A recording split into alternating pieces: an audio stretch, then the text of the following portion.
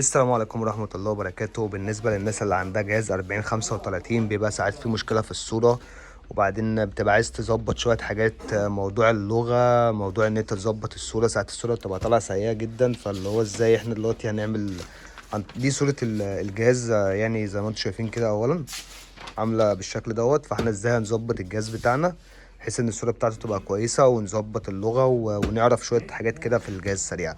اول حاجة هتعمل لايك للفيديو طبعا، وتصلي على النبي، وتعمل اشتراك في القناه لو اول مره تتفرج علينا.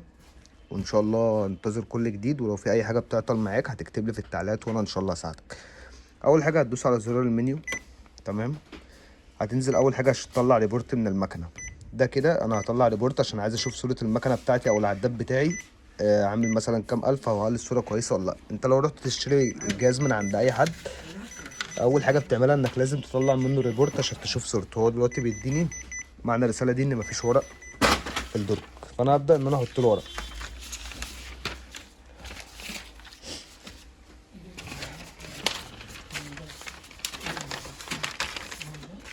انا اسف لو عشان ما كنتش محضر بس.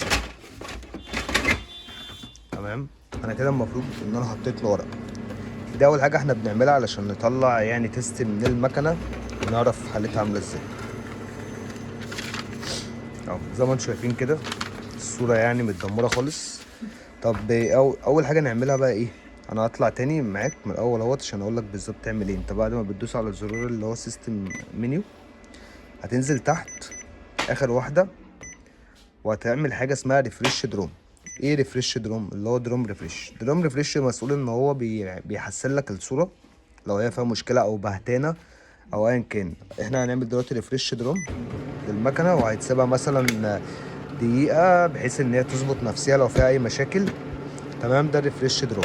اهم حاجه ده تعمله لازم كل فتره، حتى لو طفيت المكنه مثلا شويه لازم بترجع تعمله تاني، عشان ساعات الصوره بتبقى بهتانه لما بتقعد مثلا كذا يوم وانت مش بتشغل الجهاز، وتيجي تطبع اول صوره تبص تلاقي الصوره بتاعتك بهتانه خالص. فطبعا الريفريش دروم ده اهم حاجه في المكنه لازم تعمله كل فتره، عشان في ناس ما تعرفوش. طيب تاني حاجه ايه؟ تاني حاجه لازم نتاكد من علبه العادم دي ان هي فاضيه دايما. اهي دي علبه عادم مليانه. الزور بتاع علبه العادم ده لازم يكون دايما نضيف، بتنضفه من جوه من بره بكونه ناشفه او حته خرقه ناشفه كده، بتنضفه كويس جدا وبتفضيه.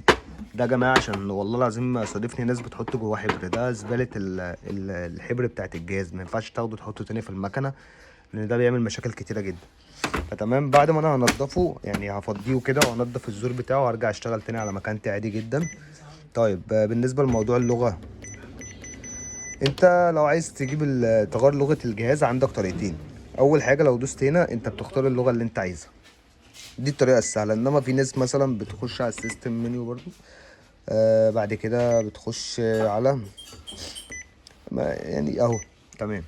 هنا اللغه بختار ايه. طب في عربي يا باشمهندس؟ لا مفيش عربي عشان محدش يتكلم في موضوع العربي دوت. الجهاز ده ما بيدعمش اللغه العربيه وهو دايما انجليزي.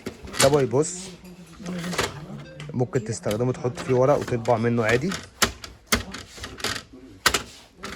تمام. والدرج زي ما انتم شايفين طبعا عارفين مكانه والفيدر وكل حاجه. تمام.